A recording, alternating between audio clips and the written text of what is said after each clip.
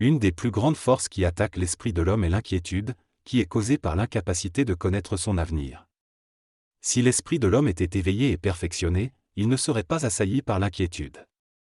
Cependant, tant que l'ego n'est pas éveillé à sa réalité et que l'harmonie entre l'astral et le mental de l'homme n'est pas atteinte, l'inquiétude continuera d'affecter son esprit.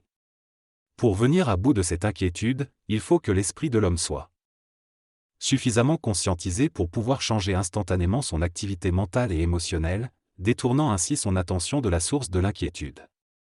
Plutôt que de simplement se distraire, l'homme conscient peut canaliser cette inquiétude vers une autre activité qui la neutralisera complètement. L'éveil de l'esprit est essentiel pour contrôler les inquiétudes et les influencer positivement. L'inquiétude est puissante car on ne connaît pas l'avenir, mais l'esprit peut nous guider et nous soulager si nous sommes attentifs à son énergie. Il peut même nous pousser à faire des choses inhabituelles, comme tondre la pelouse la nuit, pour nous libérer de l'emprise astrale sur l'ego. Lorsque l'ego s'éveille à l'intelligence de l'esprit, il se renforce et peut neutraliser toute inquiétude. L'esprit doit diriger la vie de l'ego pour permettre à l'homme de passer d'un stade d'évolution à un autre. L'esprit est gouverné par des lois d'énergie, tandis que l'ego est gouverné par des lois matérielles. L'élévation de l'esprit permet à l'homme de contrôler son évolution personnelle et celle de sa race selon les lois qui conviennent à sa puissance créative. L'esprit est un pouvoir fondamental pour la nouvelle évolution. Le texte parle de la fusion entre l'ego et l'esprit dans l'évolution humaine. Il explique que pour que cette fusion ait lieu, l'ego doit prendre conscience de sa psychologie subjective et personnelle, et l'esprit doit être libre de se manifester à travers l'ego. Est présenté comme une illusion qui empêche l'homme de vivre selon son esprit et bloque l'union entre l'esprit et la matière de l'homme. L'auteur souligne que l'ego doit être fort et intelligent pour assurer la survie des fonctions matérielles de l'homme, car sinon, l'inquiétude alourdit l'esprit et limite le lien entre le matériel et l'esprit. L'inquiétude est également liée à la conscience inférieure et animale de l'homme. En reconnaissant les retombées négatives de l'inquiétude et en se libérant de cette psychologie défaitiste, l'homme peut sortir du cercle vicieux de l'inquiétude et vivre pleinement sa vie.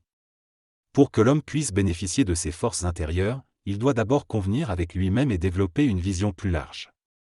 L'inquiétude, à la fois psychologique et vibratoire, est un obstacle à l'utilisation de ces forces. L'inquiétude est devenue la norme dans la vie quotidienne, mais elle est anormale et doit être surmontée par l'intelligence réelle de l'homme.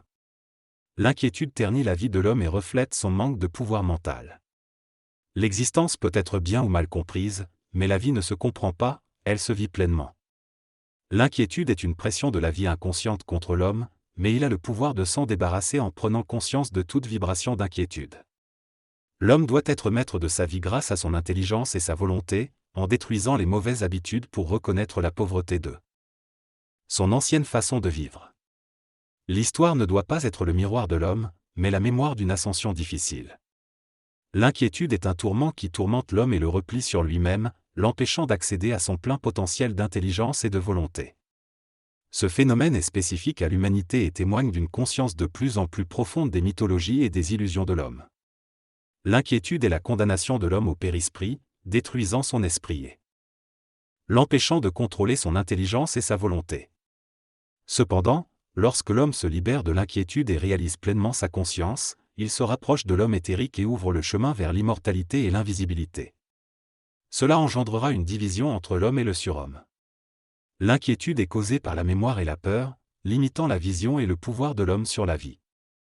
L'homme doit comprendre que la vie lui envoie ce dont il a le plus besoin pour évoluer et doit développer son intelligence supérieure pour se libérer de la crainte et de l'inquiétude. La vie doit être corrigée par l'intelligence et la volonté de l'homme afin de transcender les conditionnements astraux. Sans cela, l'inquiétude tue l'intelligence de l'homme et le rend vulnérable. L'inquiétude prend une place préoccupante dans l'esprit de l'homme, au point de lui faire perdre son énergie créative et de le rendre passif ou mécanique.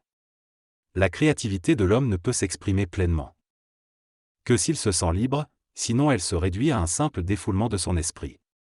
Or, le défoulement de l'esprit ne peut que temporairement remplacer la véritable créativité. L'inquiétude est responsable de cette destruction de la créativité chez l'homme, car elle utilise son énergie pour servir l'ego plutôt que l'esprit.